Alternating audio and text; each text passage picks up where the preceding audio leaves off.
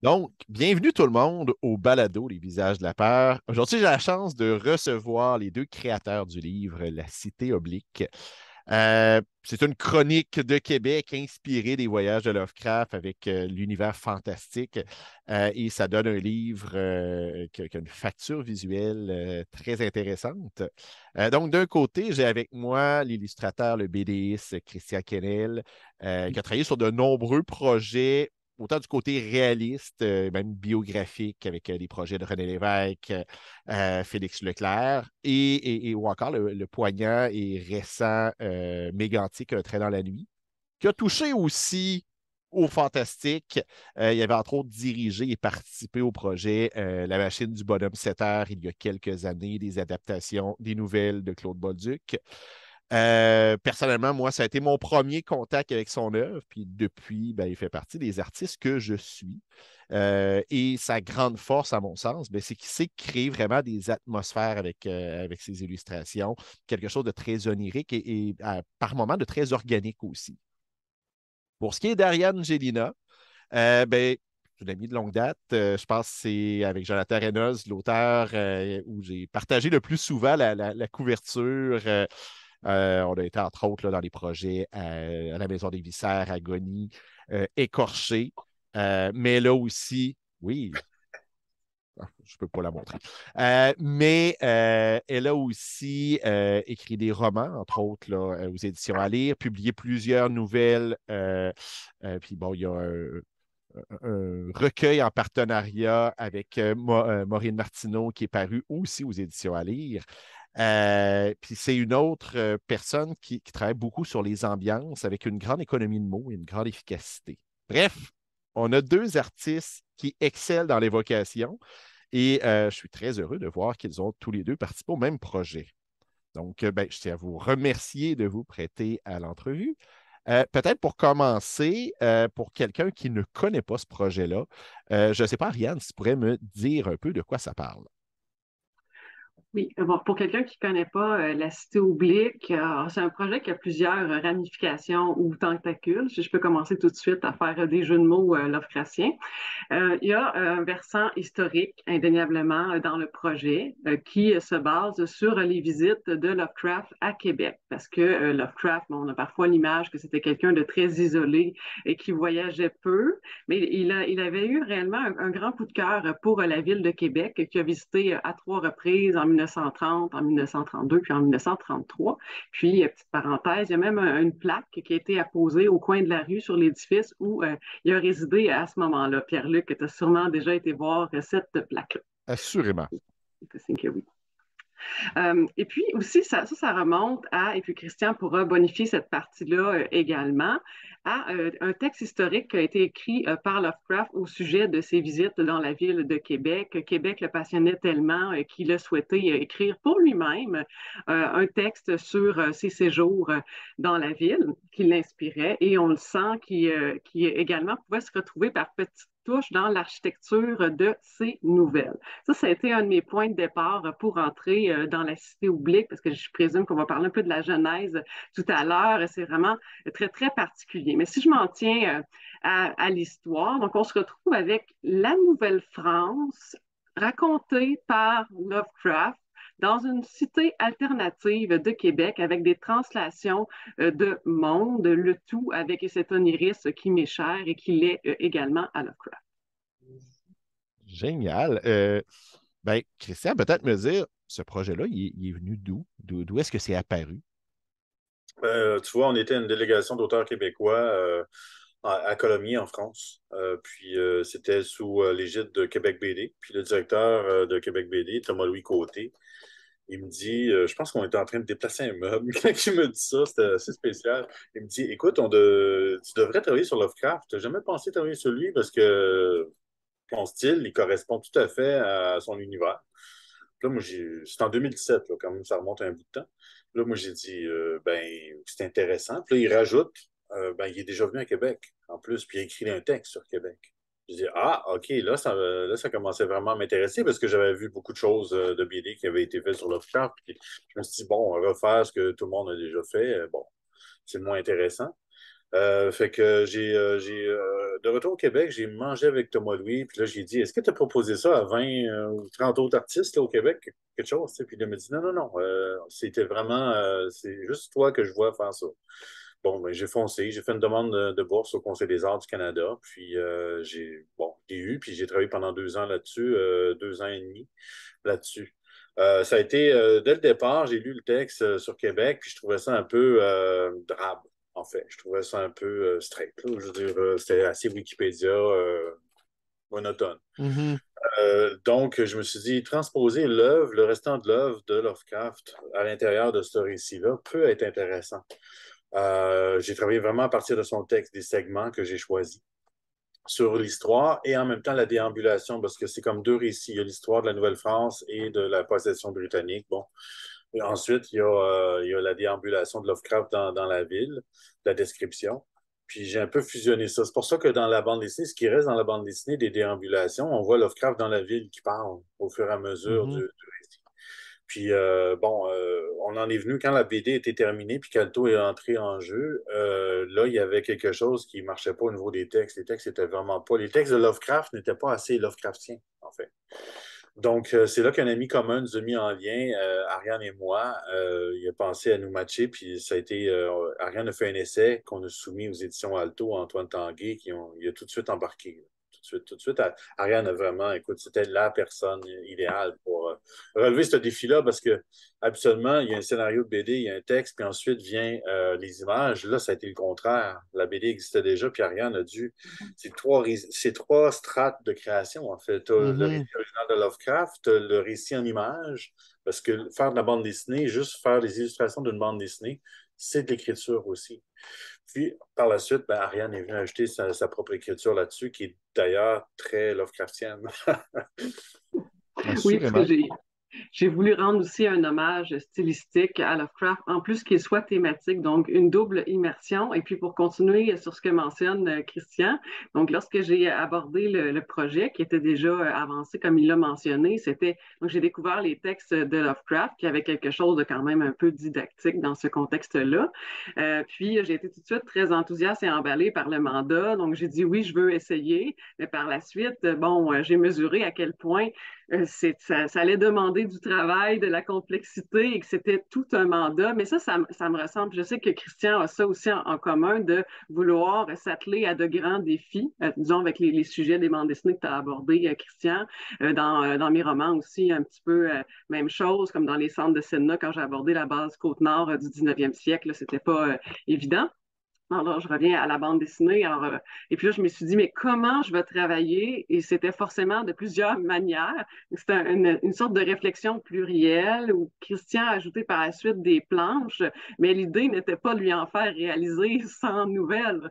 On a aussi joué dans l'ordre des planches. J'ai travaillé avec des petits papiers que j'ai déplacés. Il fallait à la fois que j'oublie l'histoire de la Nouvelle-France, mais que je m'en souvienne très bien. Alors, il y avait tout un jeu à l'intérieur de ça pour réussir à la fois à me détacher, à plonger dans le texte. Et puis, c'est littéralement un des projets les plus complexes que j'ai eu à faire. Forcément, il en découle une fierté. Et puis, on a travaillé aussi, comme mentionnait Christian, là, donc on a travaillé en équipe et avec Antoine Tanguay d'Alto aussi, qui a lié les démarches à la fois en art visuel et en littérature pour voir, parce qu'on avait tout un défi qui était celui de l'intrigue version récit historique. Alors ça, j'en ai passé des insomnies à réfléchir à comment lier tout ça, parce que ça ne pouvait pas être qu'un parcours architectural. Ça m'aurait Mhm. peut-être plu personnellement, mais ça prenait plus de mouvements que ça. Et puis aussi, on en reparlera peut-être, tous les hommages qui se voulaient subtils à Lovecraft, à ses nouvelles, à son univers, pour s'adresser à la fois à des initiés, mais aussi à des gens qui abordent pour la première fois cet écrivain. Ben, Juste pour, oui. excuse-moi, juste pour, comment je peux dire, donc synthétiser vraiment ce qui s'est passé pour le travail d'Ariane, ça a été un incroyable jeu d'équilibriste qu'elle a joué. Tu vois, depuis tantôt, elle parle de l'histoire de Nouvelle-France, Lovecraft, les connaisseurs, les gens qui ne connaissent pas. Donc, c'est vraiment un équilibre qu'elle a réussi à atteindre. Puis c'était très difficile parce qu'il y avait plusieurs couches à atteindre. J'en doute pas. Ben, d'ailleurs, c'est un peu vers là on a commencé à l'aborder, mais les défis là, pratico-pratiques d'en arriver à cet équilibre-là, puis justement de réussir à intégrer ces clins d'œil-là, des clins d'œil pour initier, mais que le non-initié ne doit pas sentir qu'il lui manque de quoi. Ça s'est passé comment?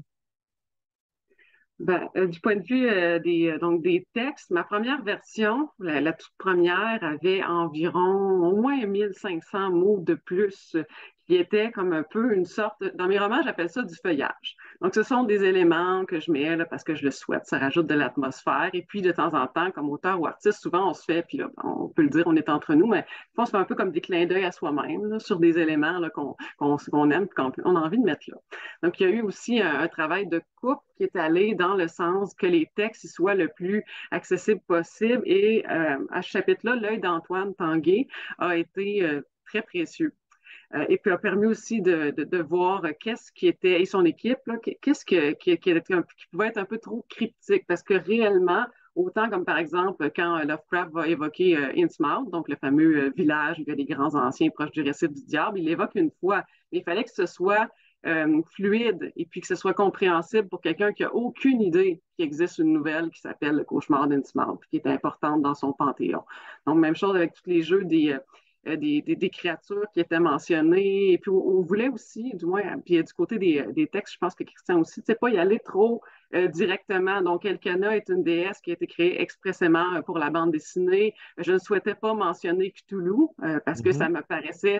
Alors, lorsqu'on dit à quelqu'un dans un quiz, nomme-moi une divinité ctonienne, ben là, c'est tout le temps Cthulhu qui sort en premier. Donc, c'était un petit peu d'aller plus loin, puis de faire vraiment une sorte de jeu. J'aime ça, l'idée du jeu d'équilibriste en plus, puis ça me fait vraiment plaisir parce que j'ai super gros le vertige. Donc, avec donc, les influences de Lovecraft, et puis rajouter aussi de la personnalité là-dedans. Et puis, il y a ça aussi dans le travail visuel de Christian, c'est sûr. Ben, d'ailleurs, je voulais arriver sur la partie visuelle. C'était quoi les défis qui étaient là? Parce qu'on s'entend, il y a déjà une certaine iconographie Lovecraftienne qui existe. Comment on fait comme illustrateur, comme BDiste, pour dire, OK, je veux trouver ma place là-dedans, mais je ne veux pas faire ce qui a déjà été fait 1000 fois, au-delà de la partie thématique.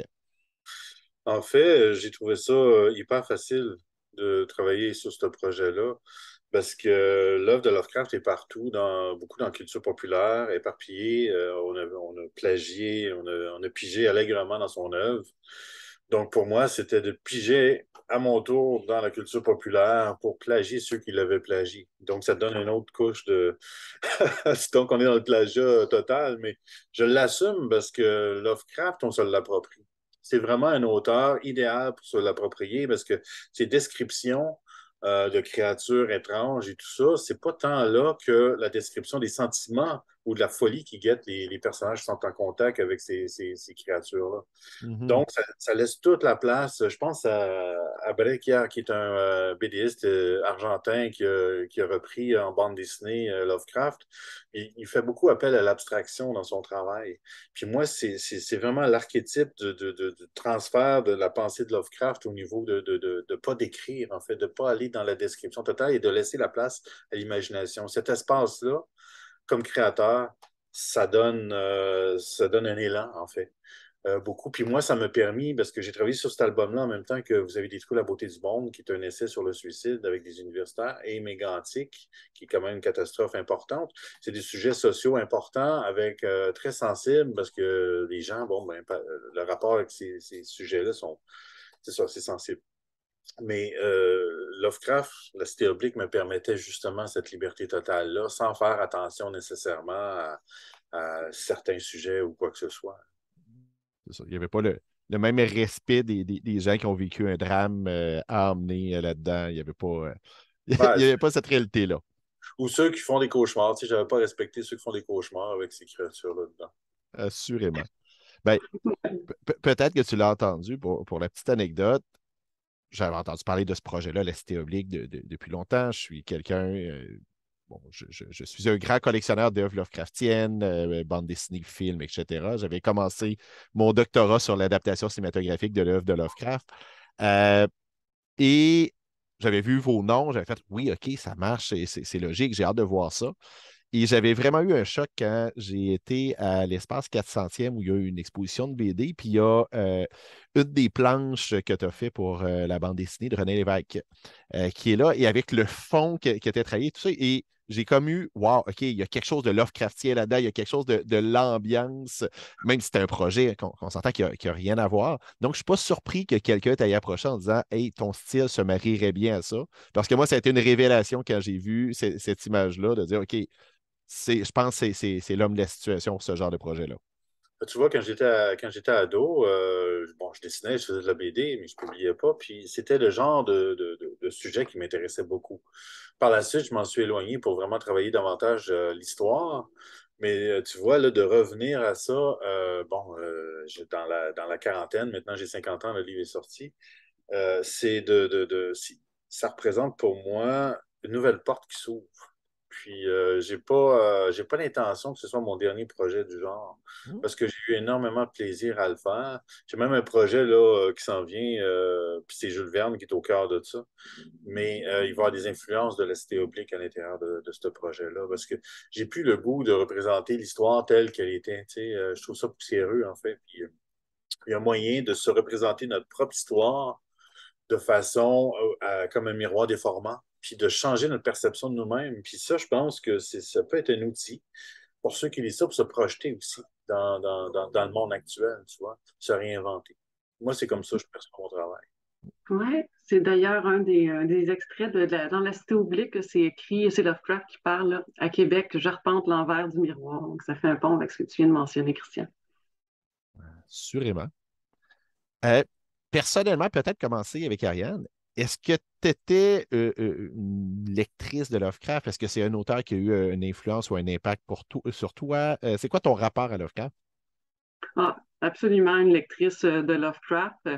Pour moi, c'est quatre rencontres dans mon existence avec son œuvre, la première à l'adolescence, donc avec les versions traduites en français, là, comme dans ce genre-ci. Donc, ben, je veux dire, les folios SF, notamment, qui ont été réédités, les Je suis d'ailleurs, La couleur tombée du ciel, Par-delà le mur du sommeil, Dans l'abîme du temps.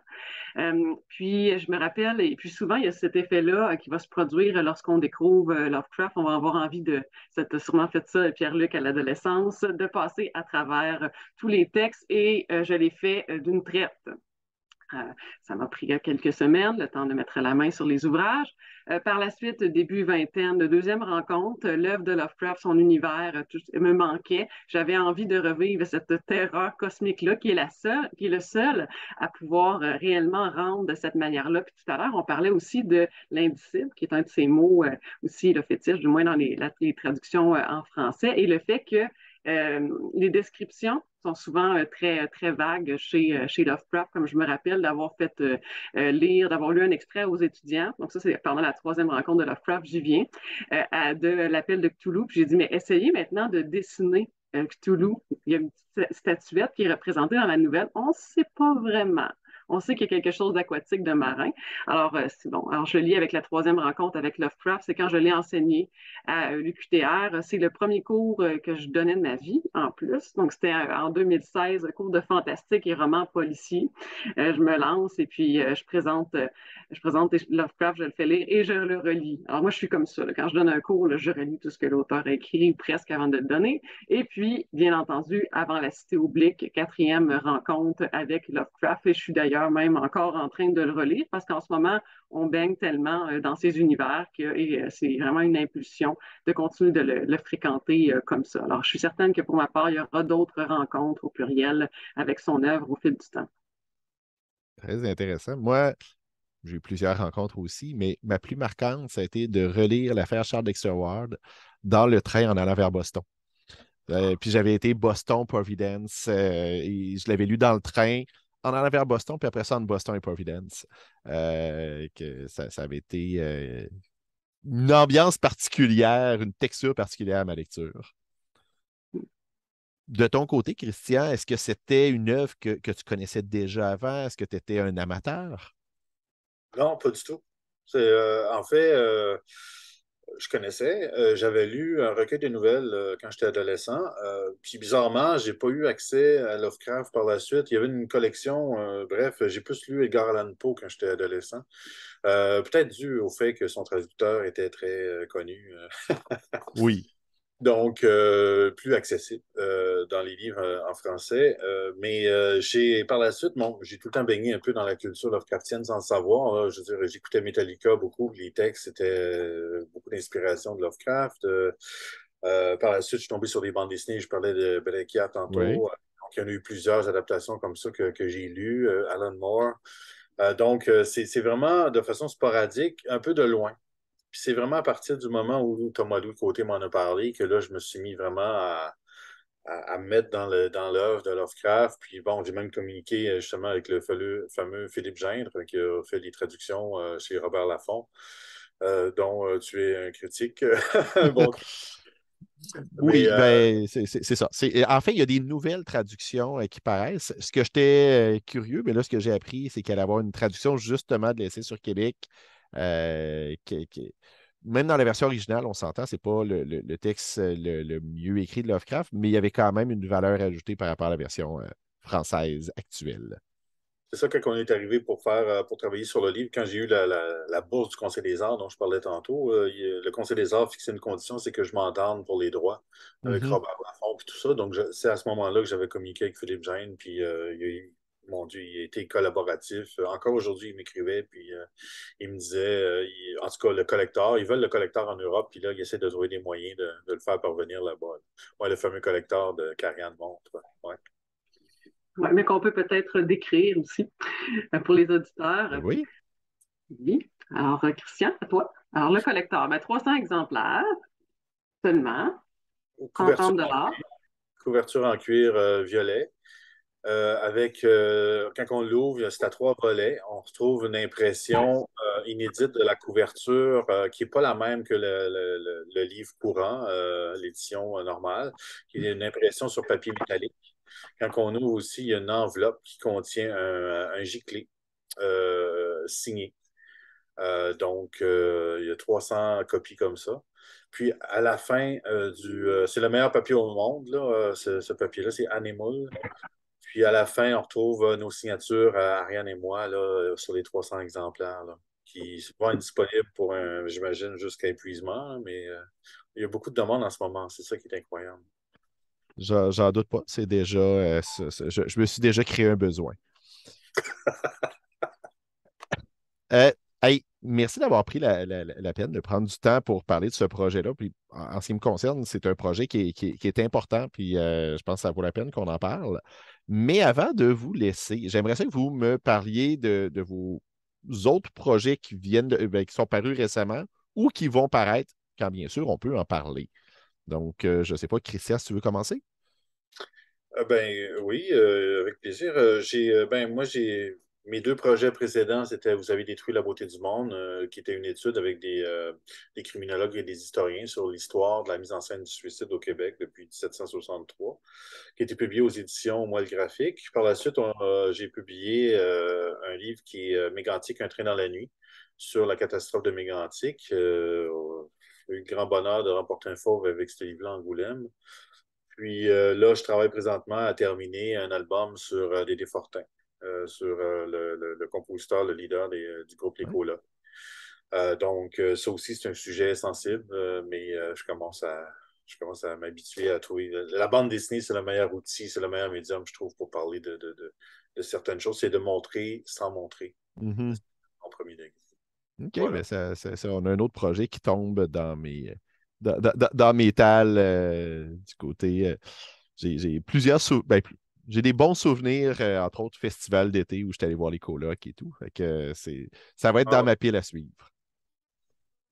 De mon côté, avec le travail sur la cité oblique, j'ai mis de côté mon travail de nouvelliste, je dirais, parce que normalement, j'écris et je publie peut-être entre 2 et 6 nouvelles par année, donc j'en ai moins écrit ces dernières années. Mais j'en ai quand même une à apparaître dans un collectif aux 6 brumes. Pierre-Luc, je ne sais pas si tu es au sommaire de celui-ci, c'est Crépuscule? Crépuscule. Oui. On Celui-là, va, on oui. va Donc, encore se côtoyer littéralement. Ah, ben, c'est pas mêlant. Je suis certaine que c'est toi ou Jonathan, l'auteur qui a été le plus souvent au sommaire des mêmes périodiques et des mêmes collectifs que moi. Ce ne serait pas Frédéric, mais pas loin. Mais j'ai Mhm. l'impression, étant donné qu'on a collaboré tous les deux et Jonathan a Agonie au pluriel et écorché à la Maison des Viscères, j'ai l'impression que. Donc, il y a Crépuscule qui s'en vient cet automne. Sinon, je suis en train de retravailler un roman qui s'appelle L'envers des forêts. Donc, c'est un roman de science-fiction et de fantastique qui se passe au 22e siècle dans les territoires du Nord-Ouest que je suis allée visiter pour l'occasion. On est au nord d'Inuvik, à la limite des arbres. Et c'est un récit qui est, et je fais un parallèle avec la cité oblique, mais je m'en suis aperçue par la suite, mais qui est tout tissé autour de la peur et de la phobie et puis de comment on peut, en groupe, dans ce cas-là, on suit un couple de 3 personnes, donc un trouble, pour prendre le vrai terme, qui s'en va faire un pèlerinage à la limite des arbres. Et chacun d'entre eux a un rapport différent à la peur et va apprendre à l'appréhender au fur et à mesure des stations. Donc, dans un pèlerinage, une station, c'est environ 25 kilomètres. Donc, c'est découpé en station et aussi en perspective. Donc, on suit chacun des membres du trouble qui va évoluer dans sa phobie et bien entendu, il va se produire quelques phénomènes un petit peu inattendus et fantastiques sur le chemin. Comme d'habitude, fidèle elle-même à moi-même, j'ai travaillé les atmosphères en ce sens-là. Donc, L'envers des forêts, il est chez l'éditeur en ce moment. J'ai eu le oui comme quoi il est accepté. Donc, on est en train de le travailler. C'est chez Allez. Oh, ben, génial. Très bonne nouvelle. Ben, hey, je vous remercie encore une fois pour votre générosité et ben, c'est sûr que je vais continuer à suivre vos prochains projets. Merci beaucoup, Pierre-Luc. Oui, merci de nous avoir reçus au visage de la peur.